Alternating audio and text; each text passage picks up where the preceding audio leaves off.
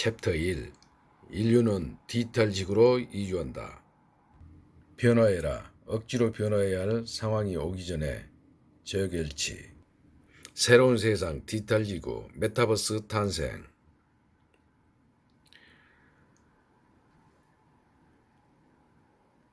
지하철에서 사람들은 무엇을 하나요? 모두가 고개를 숙이고 스마트폰만 바라봅니다. 현실의 내 몸은 지하철 의자에 있으나 내 정신과 의지는 온전히 스마트폰 속 세상에 있습니다. PC방에서 사람들은 무엇을 하나요?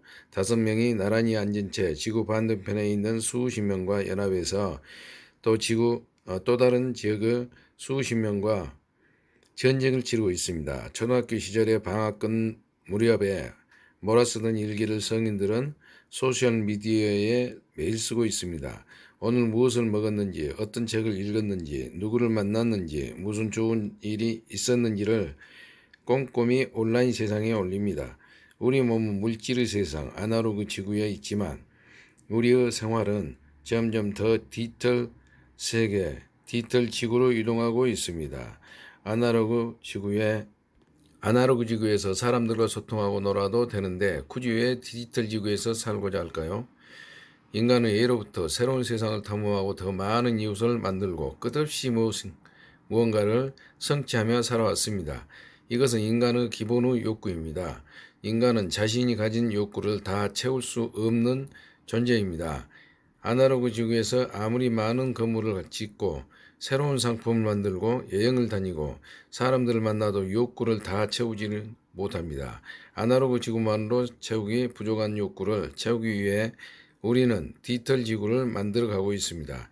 스마트폰, 컴퓨터, 인터넷 등 디지털 미디어에 담긴 새로운 세상, 디지털화된 지구를 메타버스라 부릅니다. 메타버스는 초월 가상을 의미하는 메타와 세계 우주를 뜻하는 유니버스의 합성어입니다. 현실을 초월한 가상의 세계를 의미합니다. 메타버스의 모습은 지금 이 순간에도 끊임없이 진화하고 있기에 메타버스를 하나의 고정된 개념으로 단정하기는 어렵습니다. 페이스북, 인스타그램, 카카오 스토리, 일상을 올리는 것, 인터넷 카페에 가입해서 회원이 되고 활동하는 행위, 온라인 게임을 즐기는 것, 이 모든 게 다 메타버스에서 살아가는 방식입니다. 기술 연구 단체인 ASF는 메타버스를 증강현실, 세계 라이프로깅 세계, 거울 세계, 가상 세계의 4가지로 분류합니다. 현재까지 ASF 분류가 가장 깔끔하고 타당해 보여서 이 책에서는 이 4분류를 기준으로 메타버스 현재와 미래를 풀어보려고 합니다.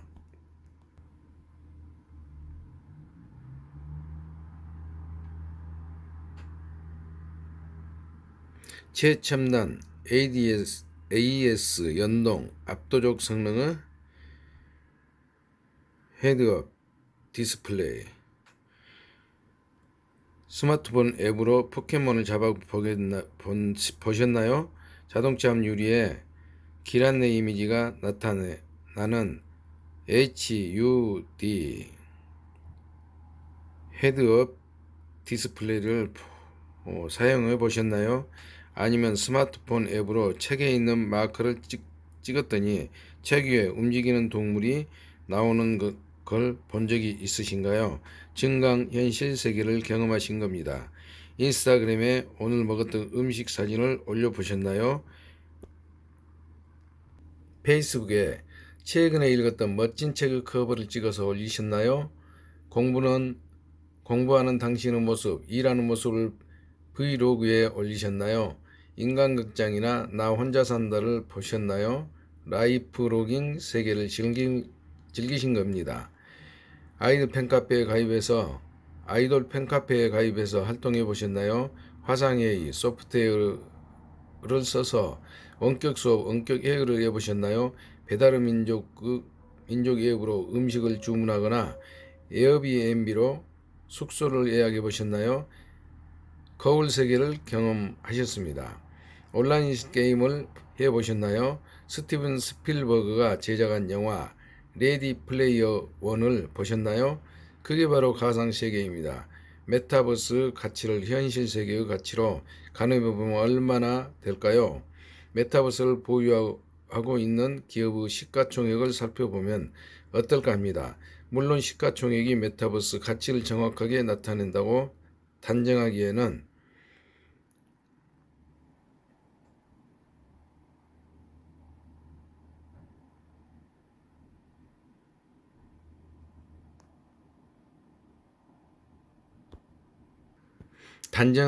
어렵지만 중요한 지표임은 확실합니다. 2020년 8월 기준으로 메타버스를 운영하는 여러 기업들을 후방에서 앱 서비스로 지원하는 아마존의 시가총액은 1,880조 원으로 세계 4위에 위치합니다. 수많은 브이로그가 올라오는 유튜브를 보유한 구글의 시가총액은 1,200조 원을 넘어서서 세계 5위에 해당합니다. 라이프로깅 분야의 대표적 기업인 페이스북의 시가총액은 900조 원을 돌파해서 세계 6위에 해당합니다. 시가총액 770조 원을 넘어서 세계 8위에 위치한 텐센트 매출 중 35%가 게임, 가상세계, 메타버스가 차지하고 있습니다. 세계 시가총액 1에서 8위의 기업 중 절반이 메타버스 관련 기업입니다. 메타버스 디지털 지구와 별 상관없어 보이는 나이키는 2006년부터 자신만의 메타버스를 꾸준히 키워오고 있습니다. 그 결과 최근 5년간 경쟁 기업과의 수익 격차를 더 크게 벌리면서 시가총액 198조 원을 기록하고 있습니다. 경쟁 업체인 아디다스 3배에 가까운 규모입니다.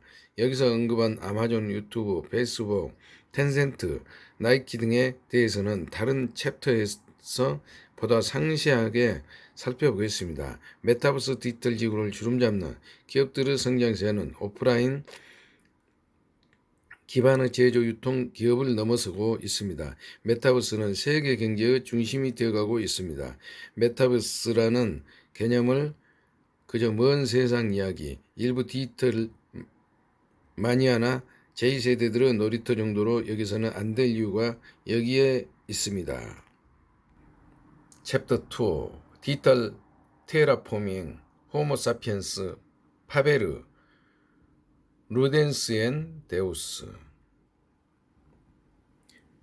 테라포밍은 지구화, 행성 개조 정도로 해석되는 용어입니다. 지구가 아닌 지구, 우주 다른 행성을 인간이 사는 지구와 비슷한 환경으로 바꾸는 작업을 의미합니다. 메타버스 디지털 지구가 만들어지는 과정을 살펴보면 테라포밍과 비슷합니다. 인간의 손이 닿지 않았던 공간, 디지털 공간에 인간이 살아갈 수 있는 환경이 만들어지고 있습니다. 그 과정을 인류학적 관점에서 짧게 살펴보겠습니다. 현생 인류, 21세기를 살아가는 인간을 지칭하는 대표적 표현은 호모 사피엔스입니다. 생각하는 사람을 뜻하는 말입니다. 문헌마다 차이가 있으나 호모 사피엔스가 지구에 등장한 시기는 대략 7에서 20만 년 전으로 추정됩니다. 지구상에 등장한 호모 사피엔스는 한동안 아프리카 대륙에 머물면서 큰 발전이 없었으나 대략 3만 년 전에 빙하기에 돌을 가지고 여러 도구를 만들고 큰 집단으로 모여 살기 시작하면서 비약적인 발전을 이루어갑니다. 호모 사피엔스 비약적인 발전, 그 배경에는 인간의 생각하는 능력이 있습니다. 어떻게 하면 더 많이 사냥할 수 있을까? 어떻게 하면 외부 위험으로부터 집단을 지킬 수 있을까? 이런 질문에 답하는 과정, 즉 존재하지 않는 것을 상상하고 고민하는 사고력과 생각의 결과를 언어로 소통하는 능력을 통해 호모 사피엔스는 지구에서 가장 영향력 있는 종으로 성장하게 됩니다. 현대 교육의 큰 틀은 바로 이런 호모 사피엔스적 사고력을 키우는 데 있습니다. 어떻게 하면 새로운 것을 생각할 수 있을까? 어떻게 하면 앞선 이들이 정의해 놓은 생각의 틀, 이론, 공식, 법칙 등을 익혀서 내 생각에 사용할 수 있을까? 19세기 초 산업혁명을 기점으로 인류를 지칭하는 새로운 단어가 등장합니다. 도구를 만들고 활용하는 인간, 호모 파베르입니다. 호모사피엔스가 없던 것을 상상하고 그 상상을 동료들에게 전파하는 데 집중했다면 호모 파베르는 상상의 결과를 눈에 보이도록 도구로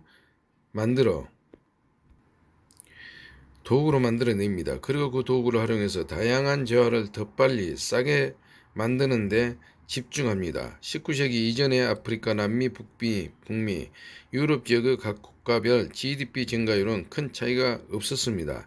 그러나 호모 파베르의 접근으로 다양한 산업화 도구 제작과 활용에 집중한 미국, 서유럽의 GDP 증가율은 다른 지역 국가들을 압도하며 가파르게 증가했습니다. 전화, 전구, 비행기, 반도체, 인터넷, 광소미 등 현대 문명을 대표하는 것들은 모두 그런 과정에서 만들어졌습니다.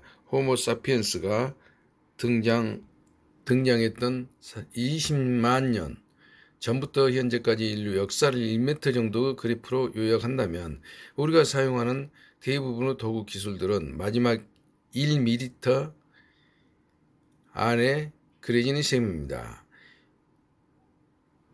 2018년 특허청은 흥미로운 내용을 발표했습니다. 패친들을 대상으로 우리 생활과 밀접하다고 생각하는 세계 10대 발명품을 조사해서 공개했습니다. 1위는 조금 의외일 수 있으나 냉장고였습니다. 그 다음으로는 인터넷, 컴퓨터, 세탁기, 텔레비전 순으로 2위에서 5위에 위치했습니다. 여기서 한 가지 퀴즈를 드리겠습니다. 2, 3, 5위에 위치한 것들은 하나로 묶으면 뭐가 될까요?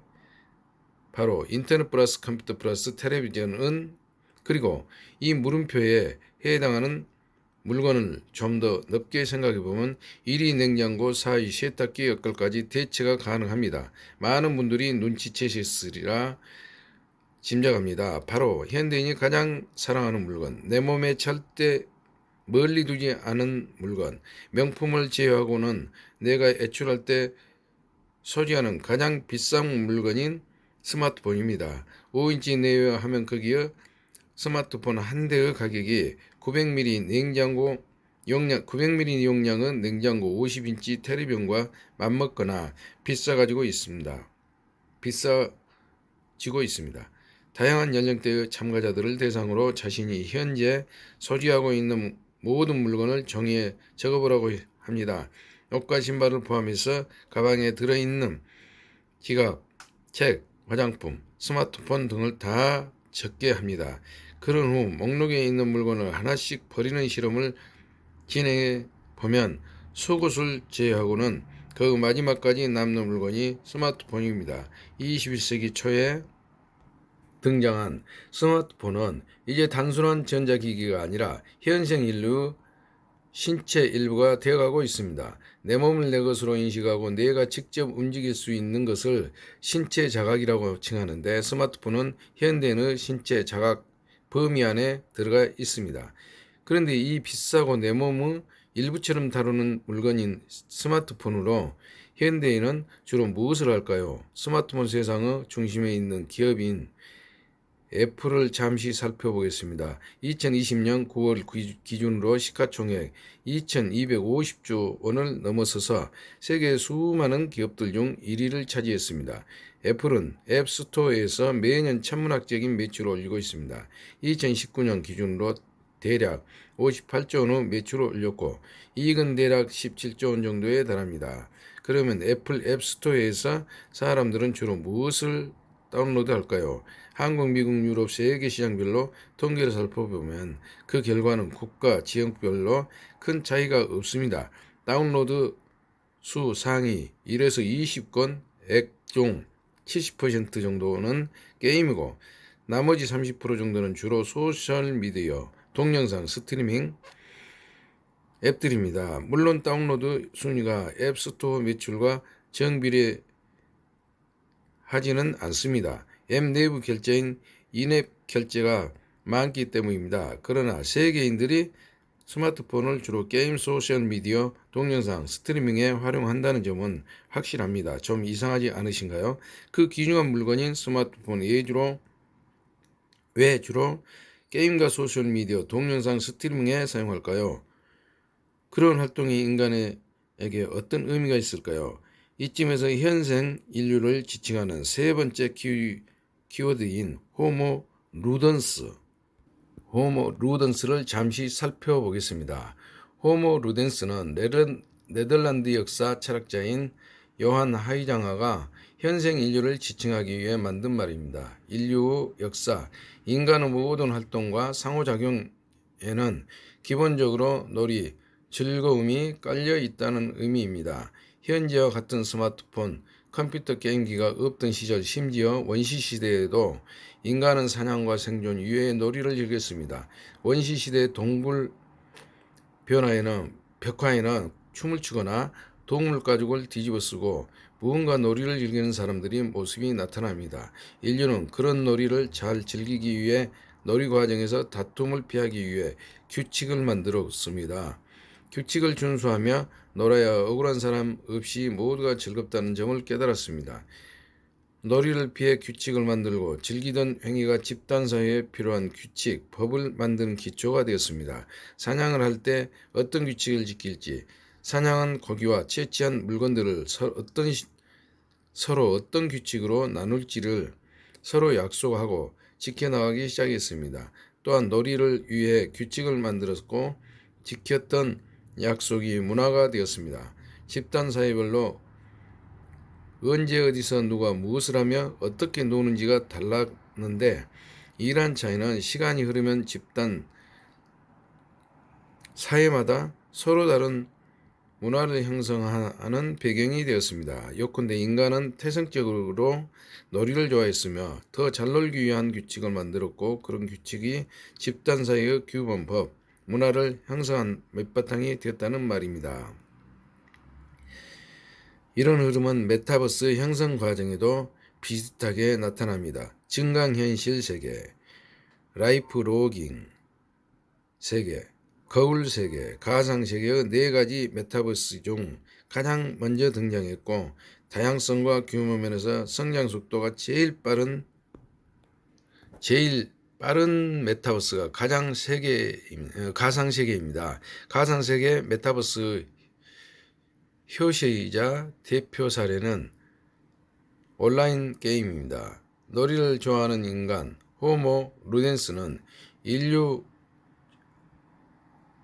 최애 도구인 컴퓨터, 인터넷, 스마트폰을 가지고 온라인 게임을 즐기기 시작했으며 온라인 게임 문화가 가상세계를 포함한 메타버스로 확장해 갔습니다. 가상세계를 포함한 다양한 메타버스를 스스로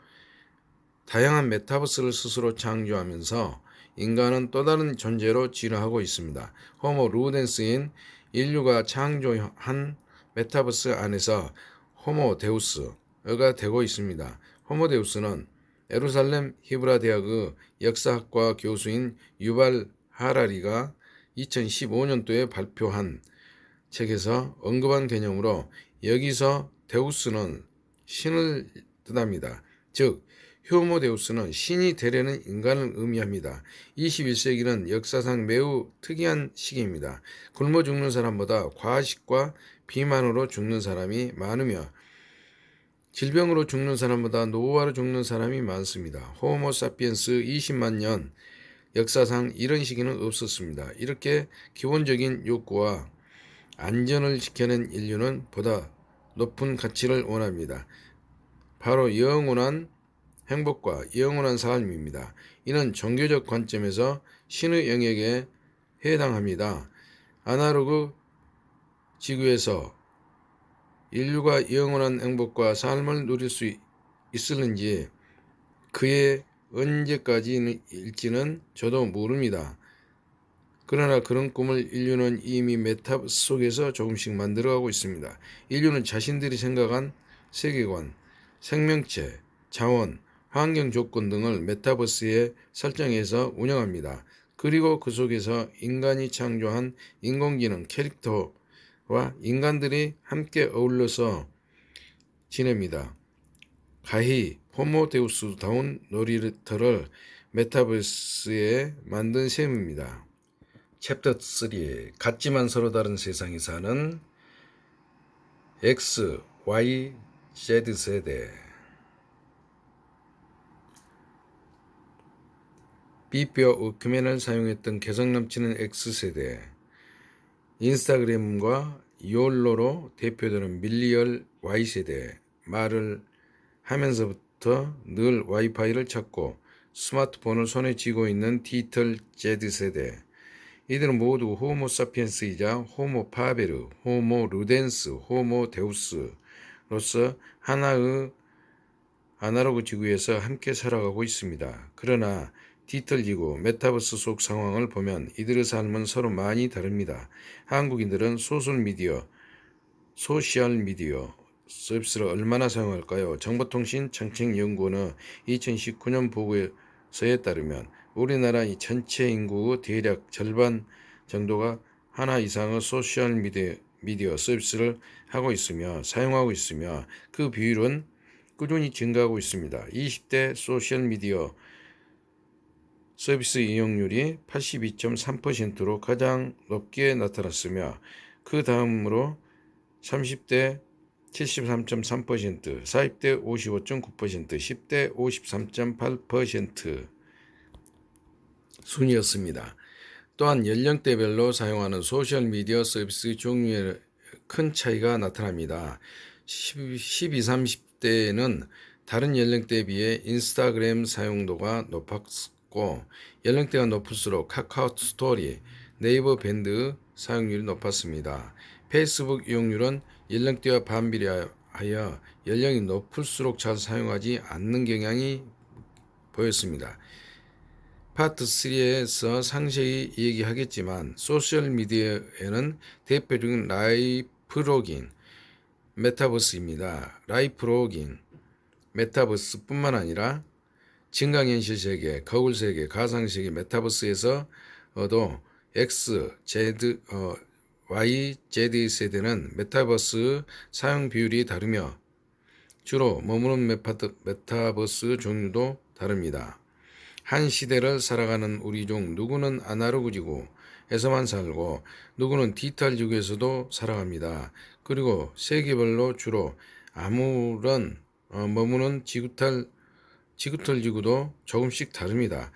집, 직장, 거리, 음식점 등에서 우리가 마주치는 비슷한 세대 또는 다른 세대의 사람들, 우리는 막연하게 이 모든 이들이 한 공간 하나의 지구에서 살아간다고 착각하고 있으나 우리가 실제 공유하는 것은 아날로그 지구 물리적 공간과 시간일 뿐입니다. 당신의 가족, 친구, 동료 중에서 당신과 같은 메타버스에서 살아가는 이들은 얼마나 될까요? 우리 아이는 나만 보면 피해요. 내 배우자가 무슨 생각으로 살고 있는지 모르겠어요. 요즘 학생들은 다른 별에서 온 아이들 같아요. 요즘 신입사원들은 먼만 회사에 있는 것 같아요. 혹시 이런 생각이 들었던 적이 있다면 그들과 당신을 공존하는 메타버스가 있는지 깊게 생각해 보시면 좋겠습니다. 챕터 4 말하기를 다시 배워야 하는 세상. 샵코리아의 2019년 조사에 따르면 성인 중 절반 정도가 전화로 음성 통화할 때 두려움을 느낀다고 합니다. 이런 현상을 콜포비아라고 합니다. 여기서 포비아란 일반적으로 그리 위험하지 않는 상황인데 필요 이상의 공포심을 느끼는 증상을 의미합니다. 즉 누군가와 실시간 음성통화를 몹시 두려워하는 감정이 콜포비아입니다. 젊은 친구들이나 그러겠지라고 생각하셨다면 오해입니다. 대학생과 직장인 집단에서 콜포비아 비율은 큰 차이가 없게 나타났습니다. 전화기에 대고 듣고 말하면 그뿐인데 무엇을 두려워할까요? 겉으로는 무언가를 두려워하니까 콜포비아가 생기는 듯해요. 깊게 들어가면 여기에는 두려움과 선호도의 두 가지 요소가 있습니다. 먼저 두려움, 두려움은 듣고 바로 말해야 하는 상황에서 본인이 실수를 했던 경험 또는 실수를 할 것에 대한 두려움입니다. 실수로 말을 잘못하거나 바로 답하는 상황에서 거절할 것을 거절하지 못하거나 자신의 생각을 조리 있게 전달하지 못하는 등입니다. 반대로 상대방의 말을 이해하기 어려워서 통화하다가 문제가 생길까봐 꺼리는 경우도 있습니다. 이해를 못하는 사람이 문제가 아니라 말을 조리 있게 하지 못하는 상대방이 원인인 경우가 많습니다. 선호도 면에서 보면 음성통화 이해의 소통 방법인 문자, 메신저, 소셜미디어, 이모티콘, 소셜미디어, 투표, 카카오톡 투표, 보기 선택, 음식 주문 앱의 메뉴 선택 상태, 메시지,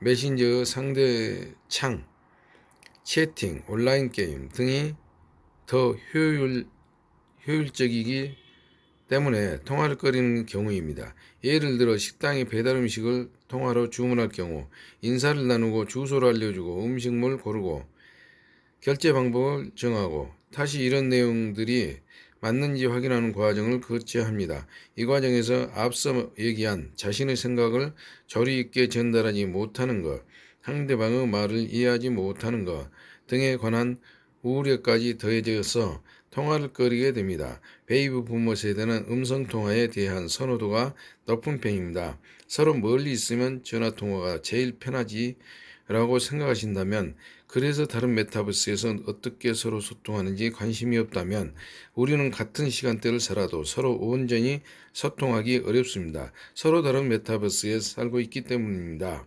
메타버스 속에서 다양한 도구로 비대면 소통하는 방법을 주제로 4시간 동안 실습 중심의 세미나를 진행한 적이 있습니다. 이 세미나에 참여한 분들 중 제가 존경하는 다음 소프트 송길영 부사장님이 있는데, 송 부사장님은 세미나 참가 후 소감을 일간지에 다음과 같이 남겼습니다. 송 부사장님은 여러 메타버스에서도 많은 이들과 끝없이 깊게 소통하실 듯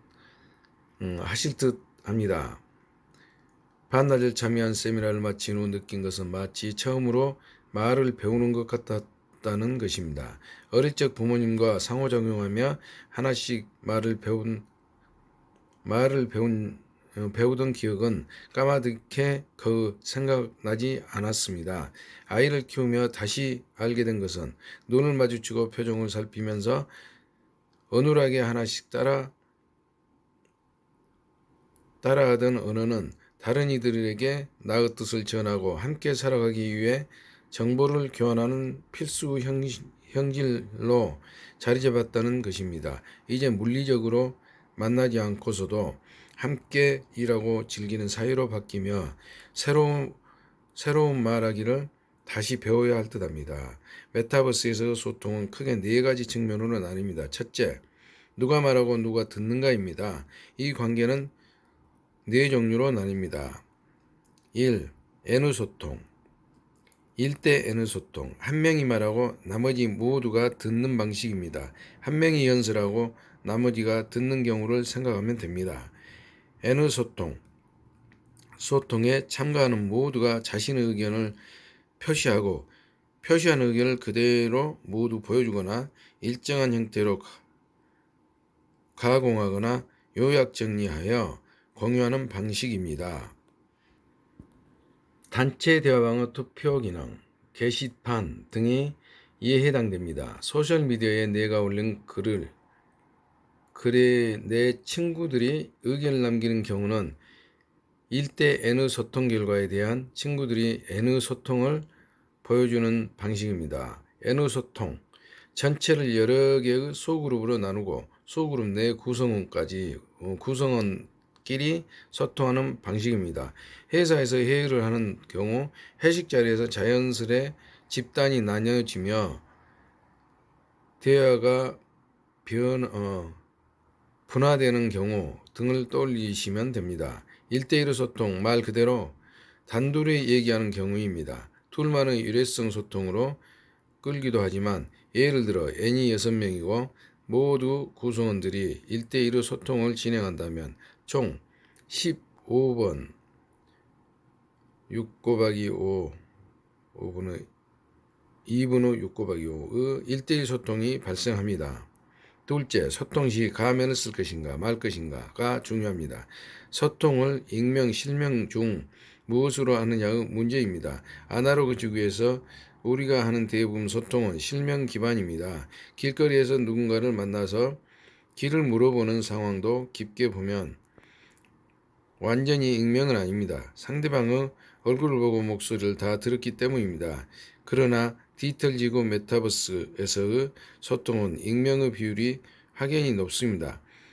같은 지역에 사는 분들끼리, 같은 취미를 가진 분들끼리 참여하는 온라인 커뮤니티를 보면 익명을 쓴 경우가 많습니다. 게임 같은 가상세계에서 자신의 실명을 사용하는 경우는 매우 드뭅니다. 아일랜드 출신의 극작가 오스카 와일드는 가면을 씌워라. 그러면 진실을 말할 것이다. 라는 명언을 남겼습니다. 메타버스에서 익명소통이 가진 의미를 잘 보여주는 말입니다. 물론 익명소통은 많은 역역과 문제를 일으키기도 합니다. 이 부분에 관해서는 다른 챕터에서 다시 얘기를 풀어보겠습니다. 셋째, 시간의 흐름을 실시간으로 할지 비실시간으로 할지의 문제입니다. 아날로그 지구 소통은 기본적으로 실시간을 중심으로 작동합니다. 앞서 얘기한 대로 사람들이 콜포비아 증상을 보이는 주요 이유 중 하나가 소통의 실시간성입니다. 메타버스에서는 아날로그 지구보다 실시간 소통의 비율이 많이 낮아집니다. 카카오톡에 절대 생기지 않은 길을 바라는 기능 또는 없어지면 안 된다고 생각하는 기능이 무엇인가요? 대학생 대상으로 진행한 조사에서 카카오톡 최종 접속 시간을 보여주는 기능이 안 생기면 좋겠다. 메시지 작성 중임을 보여주는 기능이 안 생기면 좋겠다. 메시지를 안 읽었음을 나타내는 숫자 1표시 기능은 사라지면 안 된다 등의 의견이 많았습니다. 실시간 소통에서 느끼는 피곤함을 대변하는 요구사항들입니다. 첫째, 나의 메시지를 어디에 담을 것인가 입니다. 앞서 콜포비아를 설명하면서 얘기했던 음성통화 이후의 소통 방법인 문자 메신저, 이모티콘, 투표, 보기 선택, 상태 메시지 창, 채팅 등이 여기에 해당합니다. 소셜미디어에서 제공하는 좋아요, 싫어요, 슬퍼요, 힘내요 등의 이모티콘 버튼은 우리의 소통을 짧은 기호로 대신해주고 있습니다. 문자가 없던 원시시대의 인류는 간단한 그림에 자신의 생각을 담았습니다. 언어가 서로 다른 사람들끼리 몸짓으로 의사소통합니다. 문자가 있는 시대 사용하는 언어가 같은 사람들끼리 기호로 의사소통하는 상황이 어렵게 여겨질 수가 있습니다. 그러나 축하한다는 말, 힘내라는 말을 적잖이 조금 귀찮을 때 버튼 클릭 한 번으로 편하게 메시지를 보내고 메시지를 받는 사람은 더 많은 이들로부터 축하와 격려를 받을 수 있습니다. 메타버스에서는 다양한 소통 방법을 통해 소통의 양과 질을 높이고 있습니다.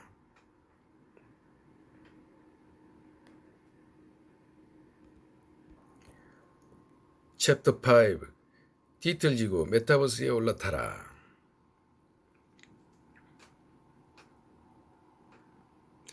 여기까지 읽고 어떤 느낌이 드시나요? 이제 당신은 디지털지구 메타버스에 올라타실 기본 준비를 하셨습니다.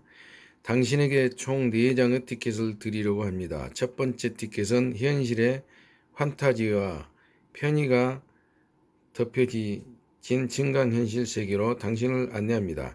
두 번째 티켓은 현실의 내 모습과 생활을 디지털 공간에 기록하고 공유하면서 커지고 있는 나의 프로깅 세계로 안내합니다. 세 번째 티켓은 현실 세계를 디지털 공간에 복제하면서 새로운 비즈니스 모델이 쏟아지고 있는 거울 세계로 안내합니다.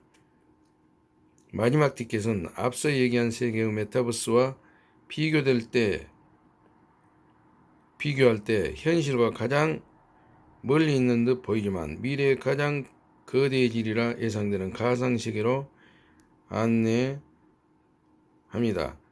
4개 디지털 지구로 여행 신나게